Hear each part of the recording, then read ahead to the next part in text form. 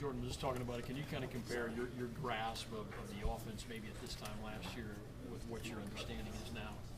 It's not even close, but still every day it's a work in progress to get better, finding a way to execute, and just to grasp this offense, with two hands rather than just knowing bits and pieces. He and Khalil also both praised you for your kind of improved leadership, taking a more active role. Was that something you did conscientiously? I'm just trying to be like Ryan Khalil. I was about to take out a Spartanburg ad yesterday. Somebody took my Dre Beats boombox out of my locker, so I was asking Khalil how much does the ad cost. Can you talk about though just kind of being more vocal and all those sorts of things? I mean, I think that's it's already given. Certain positions in this league where leadership comes with the price of admission. I play quarterback. That's the most scrutinized, criticized, and critiqued position, of all the sports, I believe. So, when you play this position, you have to, have a certain, leadership that everybody looks for, whether you want it or not. It's going to be good days, it's going to be bad days. But, lucky for me, I got guys like, Ryan Khalil, Jordan Gross, John Beeson, Steve Smith, guys that have made their landmark in this league. But, to help me push, and I don't know all the answers, but at least I got guys that I could go to, talk about it. What comfort level does it help you? What was this offseason like for you? Obviously a lot of endorsement deals, a lot of things going on off the football field. What was it like just having all that attention on you? It was all right. Just trying to really focus on football right now. From a comfort level, this will be the first time in a few years that you return to the same team, to get used to a new location, a new team. I would think that's got to help in a big way. Absolutely. That's something that I've had in the back of my mind. For the past 4 years, I've been in 4 different schemes, and I think with Coach Chubb staying here, not only him but just our whole coaching staff staying here, is a big improvement not only for me but the defensive guys, and you look at other guys across the league, or you look at other guys on this team, that has been every offseason, every season they're having to come in and during training camp and not just focus on their technique of what happened last year, but just throw out what was taught last year and just learn a whole new scheme. So it's going to help us more to polish up what we did from last year, and hopefully we can expand and broaden our playbook. Is we expect any new compliment to Steve Smith that you guys need? We're not going to put no pressure on nobody. I think that it's an intriguing competition at that position.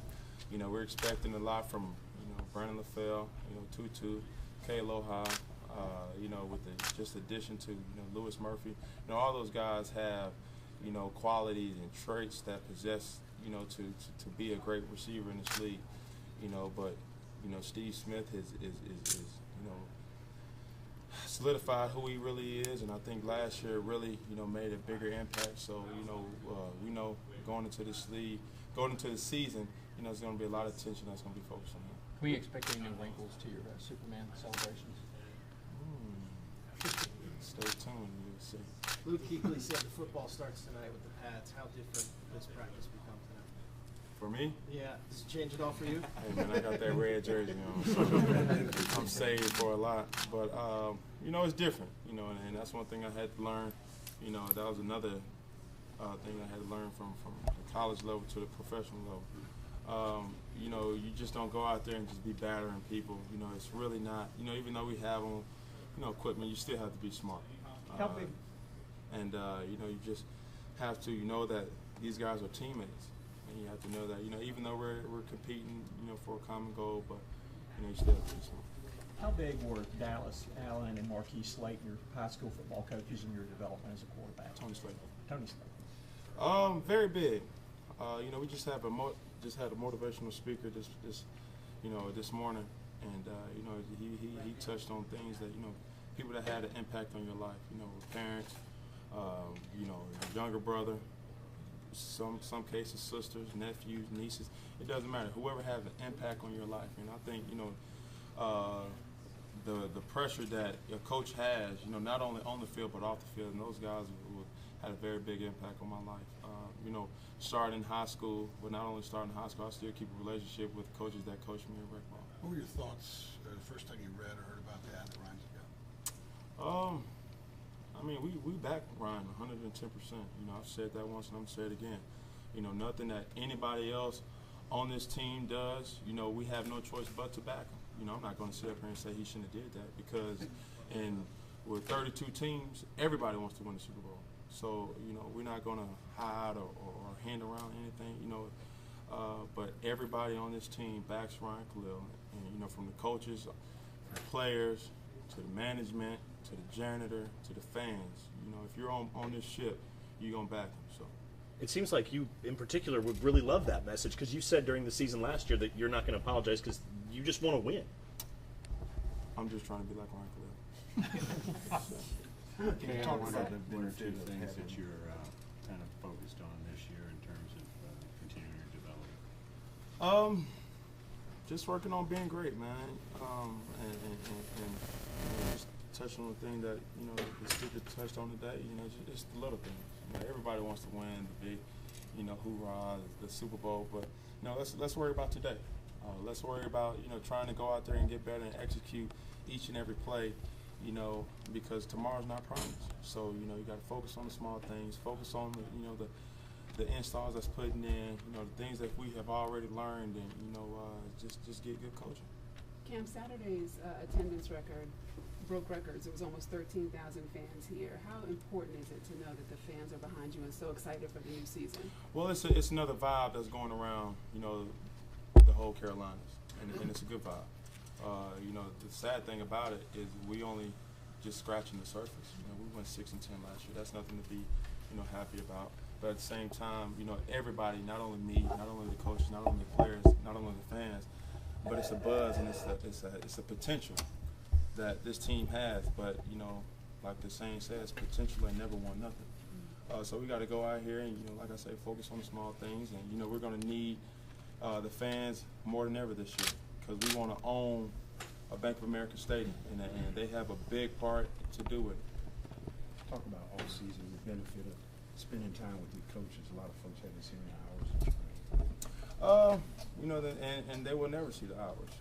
The only thing people will really see is the final product, and the final product is on game day on Sunday. So, you know, it all comes to fruition during those days. But, you know, not only me, but, you know, all the quarterbacks and all the receivers have been making a conscientious effort, you know, to come in and get extra, do extra to help this team win.